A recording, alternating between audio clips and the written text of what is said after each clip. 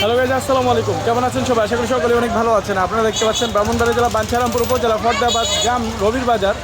এই রবির বাজারে আপনারা দেখতে পাচ্ছেন শিক্ষার্থীরা, ফরদাবাদের সকল শিক্ষার্থীরা মিলে আপনারা দেখতে পাচ্ছেন আমাদের যে গ্রাম বাজার, এই বাজারগুলো, রাস্তাঘাটগুলো তারা সুন্দরভাবে পরিষ্কার করতেছে।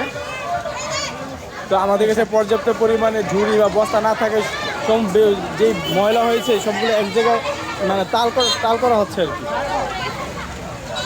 পরবর্তীতে সেই ময়লাগুলো তারা স্টোক করে রাখবে, পরবর্তী সেই ময়লাগুলো তারা ফেলে রাখবে। তা আপনারা দেখতে পাচ্ছেন ফরদাবাদ রবি বাজার এই মুহূর্তে আছি। এই এই এই পরিষ্কার পরিচ্ছন্নতার যেই